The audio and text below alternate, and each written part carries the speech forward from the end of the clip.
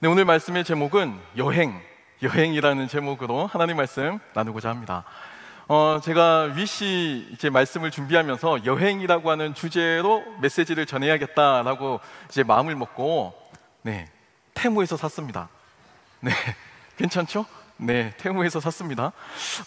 마치 여행 가는 그런 느낌으로 이 자리에 섰습니다. 굉장히 설레고 기대가 되고 굉장히 이렇게 들떠 있어요.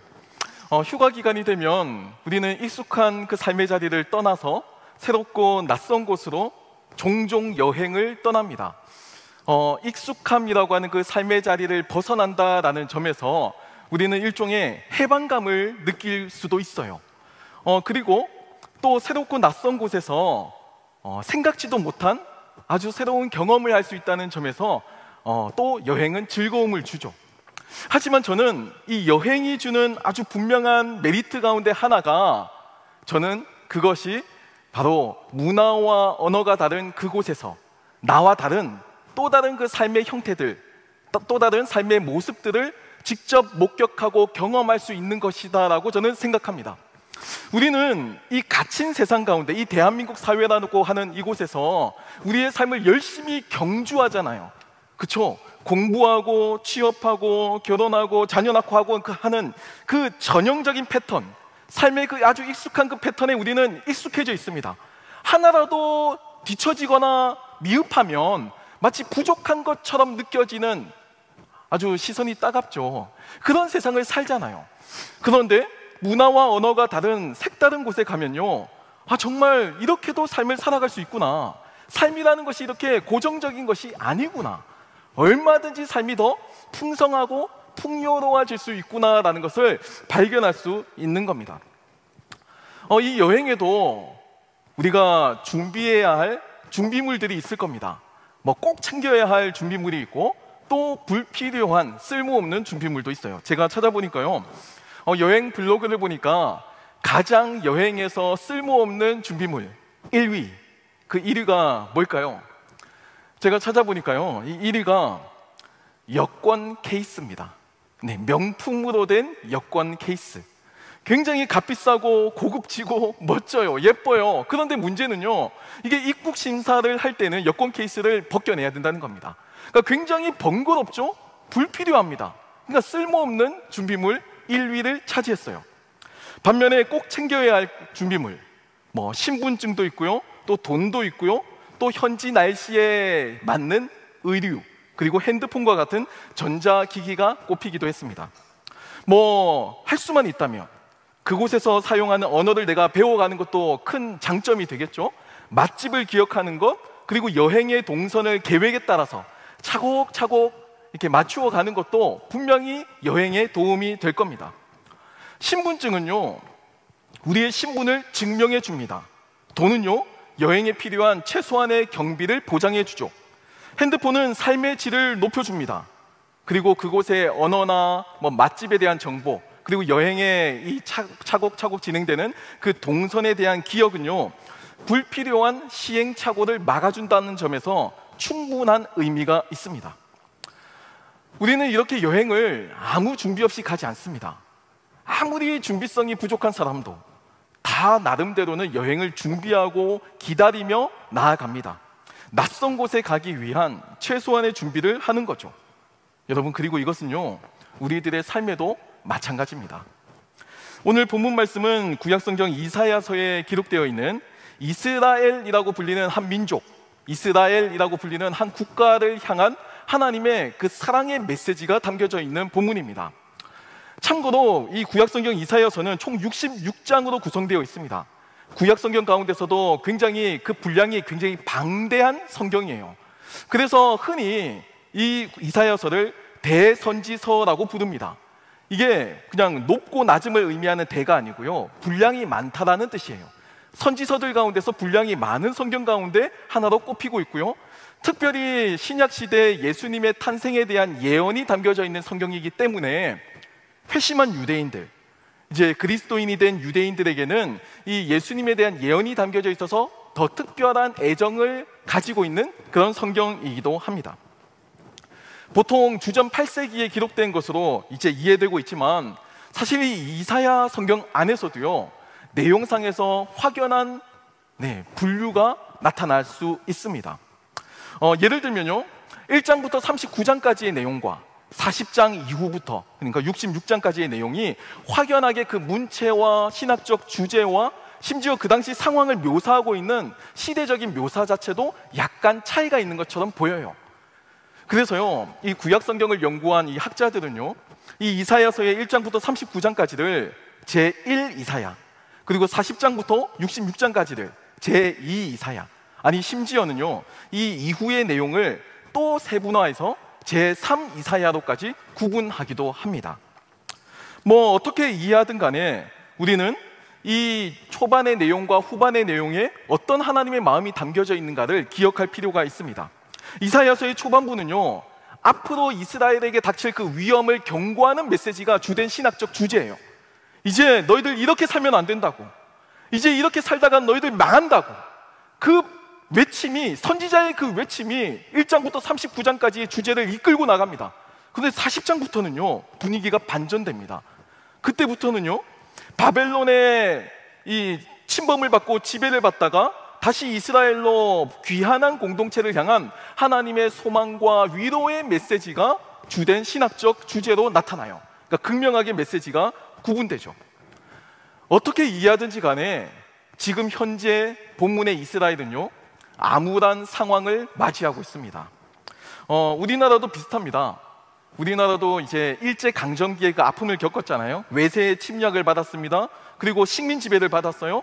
이 이스라엘도 마찬가지입니다. 아수르 제국에 의해서 북이스라엘이 멸망하고 바벨론 제국에 의해서 남유다가 멸망당합니다. 그리고 그들에게 그 거주민들이 바벨론의 포로가 돼서 끌려온 일종의 식민 지배를 계속해서 받았죠.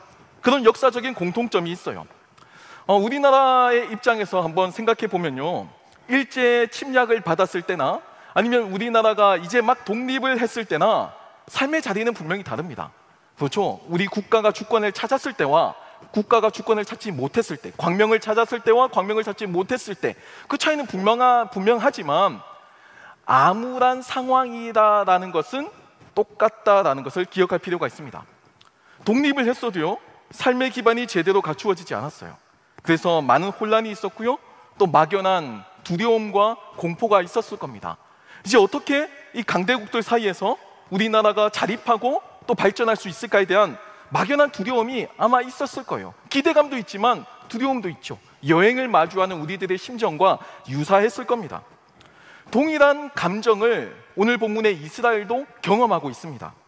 아무것도 가지지 않은 그 막막한 상황에서 이 마주한 현실은요, 자신들의 그 종교적인 신념이 응축되어 있는 그 이스라엘, 예루살렘이라는 도시가 이제는 낯선 타지가 된 그런 낯선 경험을 하게 된 겁니다. 화려했던 성전은 이미 다 무너져 내렸습니다. 흔적조차 남지 않았어요. 그리고 영광스러웠던 이름, 그 이스라엘이라고 하는 그 국가명은요, 이제는 과거의 영광 속에 그냥 묻혀 있습니다. 그 어떤 것도 과거의 그 영화를 표현해 주지 않아요. 더 이상의 그 흔적조차 발견하지 못한다라는 겁니다. 수도였던 예루살렘, 하나님께서 다스리시는 그 시온 왕국의 수도인 예루살렘은요, 히브리 말로 아마아레츠라고 하는 땅의 사람들이 거주하는 지역이 되었습니다. 이 아마아레츠라는 뜻은요, 땅의 사람들이라는 뜻인데 경멸적인 용어예요. 비하하고 조롱하는 형태의 용어입니다.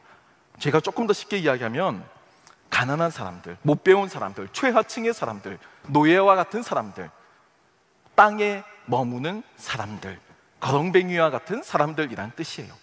예루살렘에서 힘있는 사람들, 학식이 있는 사람들, 부유한 사람들, 출신이 좋은 사람들 모두가 다 바벨론으로 끌려가고 예루살렘에 남아있는 사람들은 다 아마아레츠로 구성이 되었습니다. 한마디로 그 시온의 왕국의 수도가 거대한 할렘가가 되어버린 겁니다. 이 낯선 상황에서, 이 낯선 곳에서 이스라엘은 오늘의 삶을 살아야만 합니다. 우리는 이제 어떻게 삶을 살아야 할까?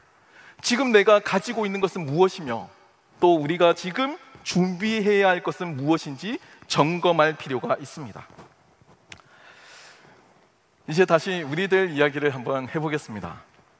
앞서서 제가 여행을 가기 위해서 필요한 준비물들 이렇게 소개해 드렸습니다.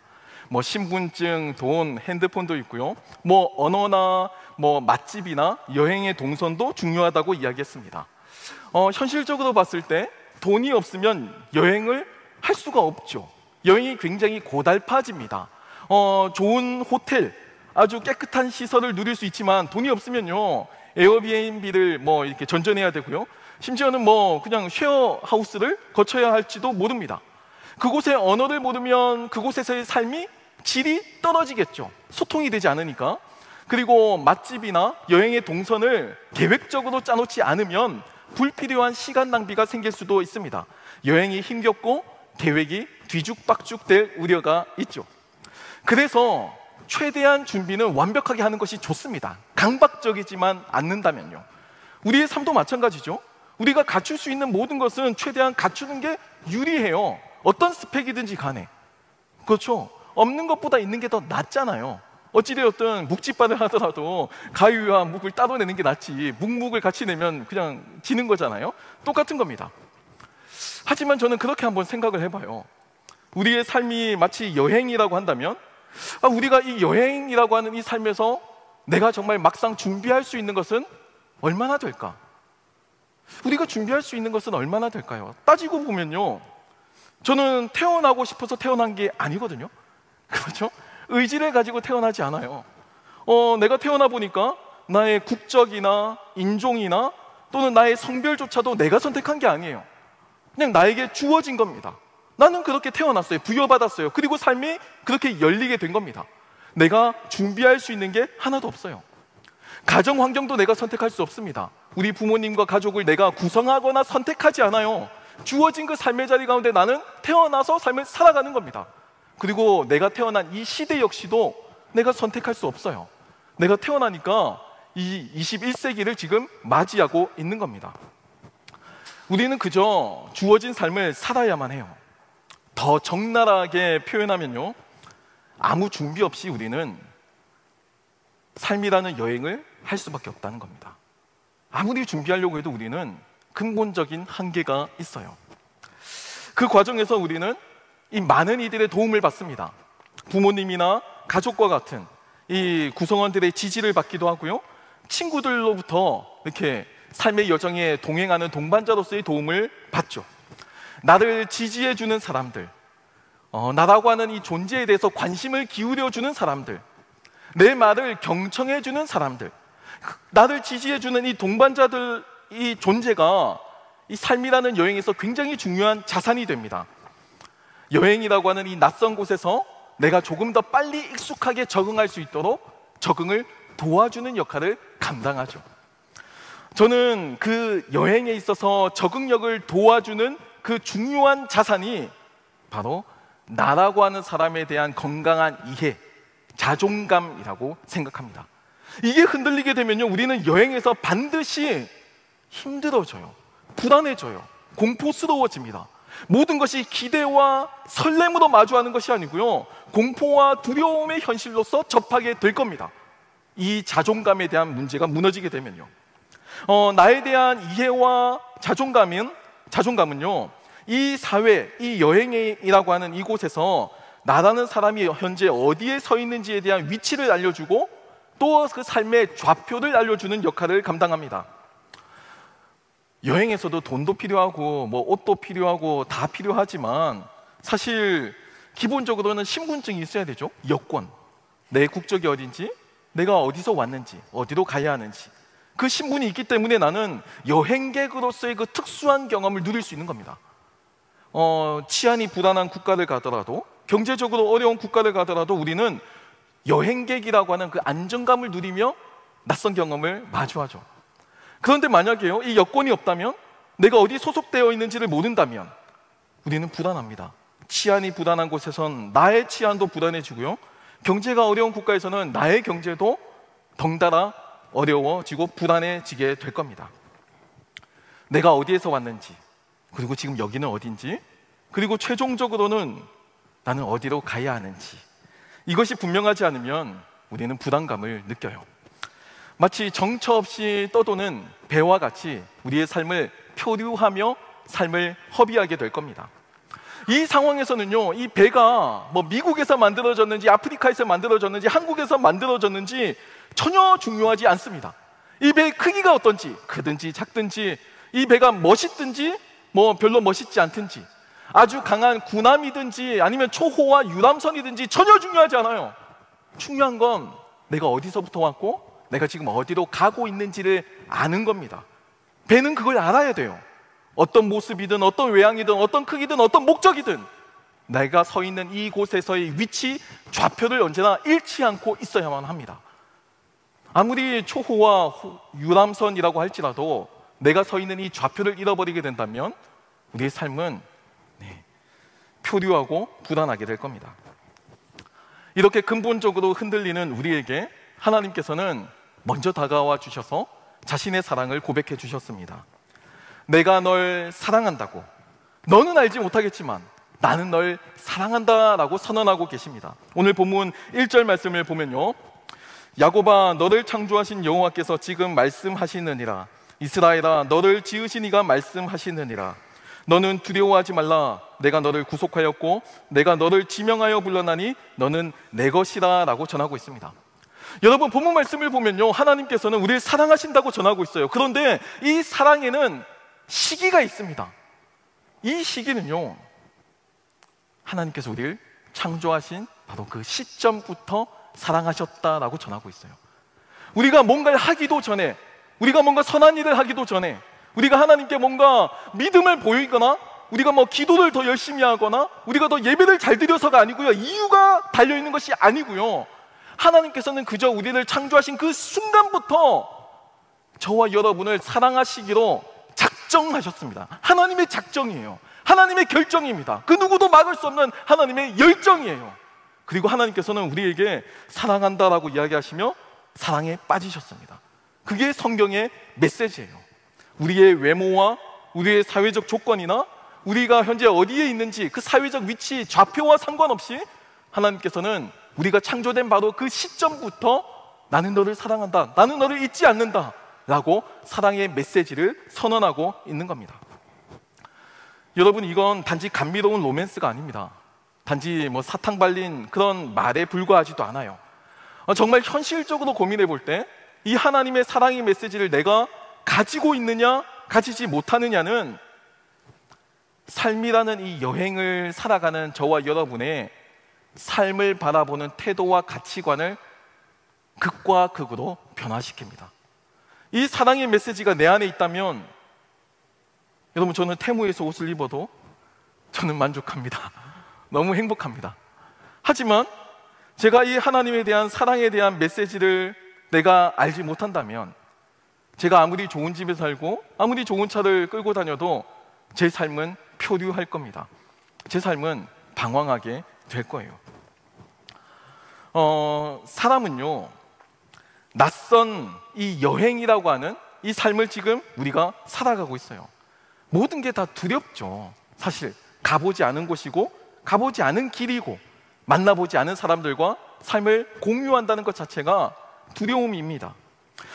그 상황 가운데서도 하나님께서는 여전히 너는 내 것이고 아무리 세상이 흔들어도 그래도 나는 너를 사랑한다라고 선언하시는 겁니다. 이것이 하나님의 사랑이자 우리에게 주어진 나의 신분증, 나의 여권인 거예요. 우리는 이 사실을 통해서 삶을 더 이상 두려움이 아닌 기대와 기쁨과 두근거림으로 마주할 수가 있게 됩니다. 하지만 여러분, 기억하세요. 이 여행이라는 게 언제나 내 계획대로만 되지 않습니다.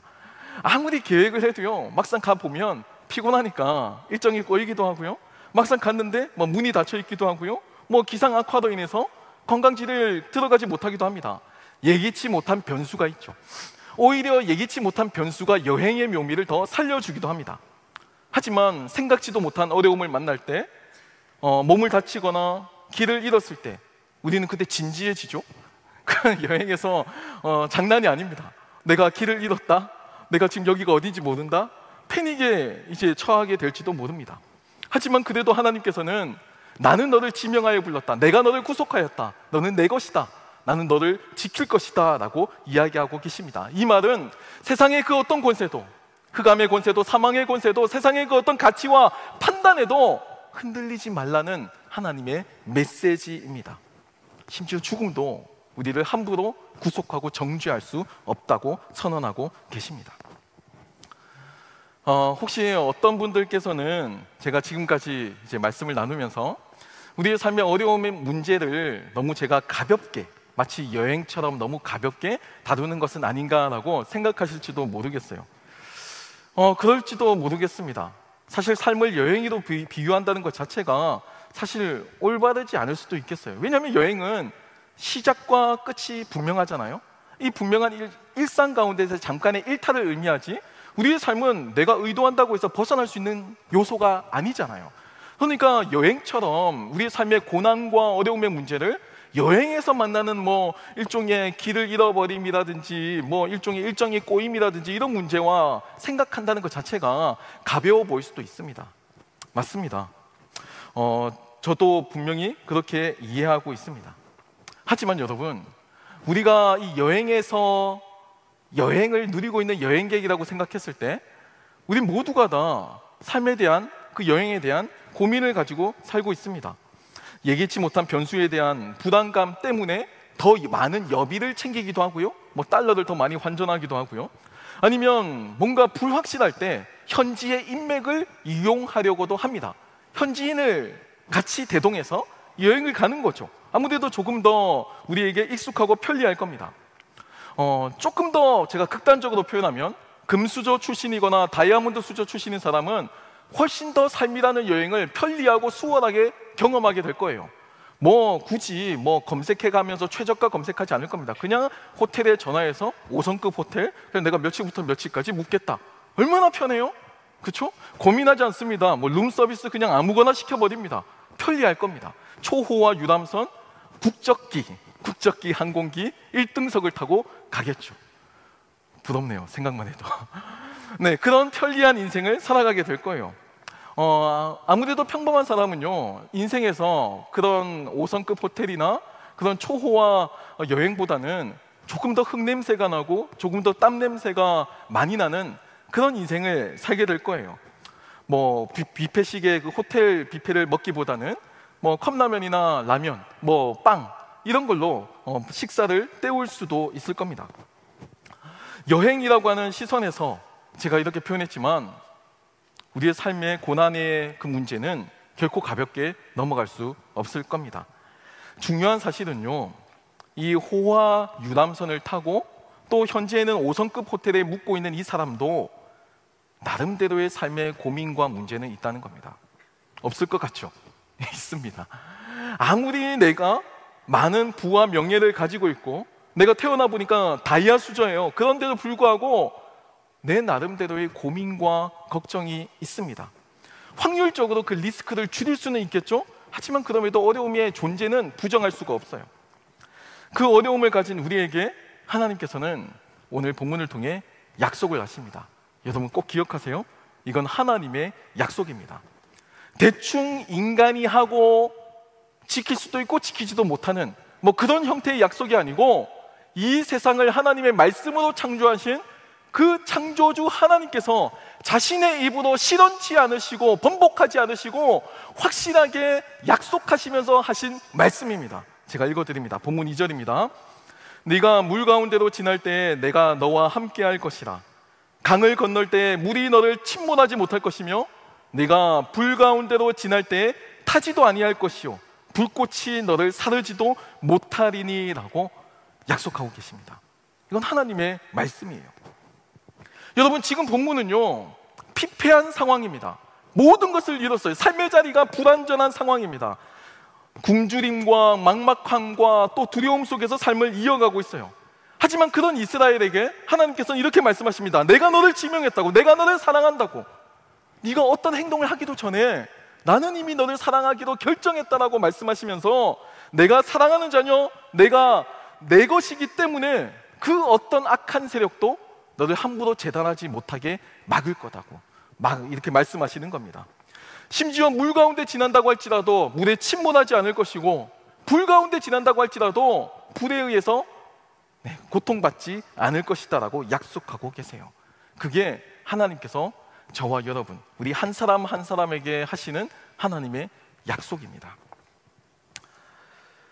우리의 삶에는 넘실거리는 물의 위협, 그리고 우리를 위협하는 불의 공포도 있습니다. 여러분, 성경 본문은 우리의 삶에 이 물의 위협과 불의 공포가 없다라고 속이지 않습니다. 현실의 어려움을 인정해요. 삶을 살다 보면 물의 위협을 받고 불의 위협을 받을 때도 있습니다. 마치 거센 폭풍 가운데 그 물의 실제의 그 고통을 마주할 때가 있습니다. 살다 보니까 갑자기 건강이 안 좋아질 때도 있어요. 정말 불에 타는 듯한 그 고통을 겪어야 될 때도 있습니다. 너무나도 외롭고 너무나도 힘들고 너무나도 아픈 그 나만의 그 물과 불의 공포를, 그 위협을 온몸으로 견디어내면서 살아낼 때도 있을 겁니다. 만나게 될 거예요. 하지만 여러분, 중요한 건 현실에 대한 내용이 아니고 여기에 대한 하나님의 약속입니다. 우리는 믿음으로 사는 사람들이잖아요. 현실에서 내가 물에 빠져 있어요, 내가 불에 타고 있어요가 아니고, 여전히 그럼에도 그 물이 너를 해치 못할 것이다, 여전히 그럼에도 그 불꽃이 너를 사르지 못할 것이다 라고 하는 그 하나님의 약속을 우리는 부여잡고 나아가야 한다라는 겁니다. 끝까지 하나님께서 나는 너와 함께 한다고, 끝까지 하나님께서 내가 너를 지키겠다고 하는 그 약속을 우리는 부여잡아야 합니다. 사랑하는 청년 여러분, 우리는 모두 삶이라고 하는 이 여행을 하는 여행객들입니다. 신앙이 있는 사람이든 신앙이 없는 사람이든, 그리고 오늘 처음 교회에 오신 분이든, 우리는 우리 각자에게 주어진 그 삶이라는 여행을 하고 있습니다. 비록 준비를 많이 못했어요. 내가 태어나 보니까 나는 대한민국 사람이고, 나는 남성이든 여성이든 또 특정 지역이든 우리는 이곳에서 태어나서 우리에게 주어진 삶을 마주하고 살아내고 있습니다. 여러분 어떠세요? 이제 여러분들 청년이라고 불리는 세대가 되었는데, 그동안의 삶을 회상해 보았을 때 그동안의 여행 마음에 드시나요? 만족하시나요? 더 바랄 것 없이 너무나도 완벽한 여행이었다라고 이렇게 자부하고 자신할 수 있으신가요? 아마 대부분은요, 극심한 불안과 결핍으로 인해서 미래가 불안하거나 초조해하며 이 여행을 지금 살고 있을 거라 생각합니다. 사람들은요, 여행이 힘겨워지면 돈을 더 벌거나 아니면 계획을 더 세우고 인맥을 동원하려고 해요. 뭐 중요하죠. 현실적으로 굉장히 그게 여행을 편리하게 해주는 도움이 됩니다. 하지만 그것은 본질적인 문제가 아니에요. 그건 2차적인 문제입니다. 중요한 건 내가 서 있는 그 좌표예요. 내가 어디서 왔는지, 그리고 지금 또 여기는 어디인지, 그리고 나는 앞으로 어디로 나아가야 하는지에 대한 좌표. 여러분, 그 좌표는 하나님의 말씀 안에 있습니다. 그저 무의미해 보이고 고통밖에 없어 보이는 이 세상을 우리는 지금 견디며 살고 있습니다. 하지만 이 과정 가운데서도 하나님의 약속은 변함없습니다. 수천 년 전에 하나님께서 선지자 이사야를 통해서 이스라엘 민족에게, 이스라엘이라고 하는 그 국가에게 내가 너를 지명하여 불렀다고, 내가 너를 창조한 그 시점부터 사랑했다라고 하는 그 사랑 고백은 지금도 여전히 저와 여러분에게 유효한 약속입니다. 지금은 불완전한 우리의 삶의 어려움과 문제들이 우리의 삶을 위협해도, 때로는 물의 공포가 일어나고 불이 우리의 삶을 위협해도, 여러분 그럼에도 그 약속은 한 번도 땅에 떨어지지 않았어요. 여전히 그 약속은 유효하고요, 하나님께서 그 약속을 지키고 계십니다. 수세기에 걸쳐서 수많은 사람들이 이 약속을 붙들고 이 삶이라는 여행을 경주해 왔습니다. 세상은요, 위험이 닥칠 때 쓸모없는 준비물에 집중합니다. 마치 여권 케이스와 같아요. 명품이죠, 멋지죠, 가죽 케이스. 하지만 전혀 쓸모없습니다. 가죽 케이스, 그 멋진 명품 여권 케이스가 있어도 그 신분증에 있는 나라는 존재는 변함없어요. 그걸 나의 신분을 업그레이드해 주거나 바꾸어 주지 않습니다. 그냥 포장할 뿐이죠. 자기 만족이에요. 세상을 살아갈 때 그냥 입국 심사를 할 때, 와, 에르메스구나, 루이비통이구나 하는 거죠. 하지만 저는 테무, 저는 괜찮습니다. 하나님께서 저를 만드셨으니까 만족하죠. 우리는 하나님의 약속 안에 있는 존재라는 것을 기억해야 합니다. 약속은 지금 우리가 믿음으로써 하나님께 드리는 겁니다. 앞으로 살아간 삶 가운데 불의 위협과 물의 위협이 있어도 나는 하나님께서 나와 함께 하신다는 그 약속을 붙들겠습니다. 그리고 그 약속만을 믿으며 나에게 주어진 이 삶이라는 여행을 끝까지 나아가겠습니다. 이 고백과 결단으로 살아가시는 저와 여러분이 되길 소망합니다.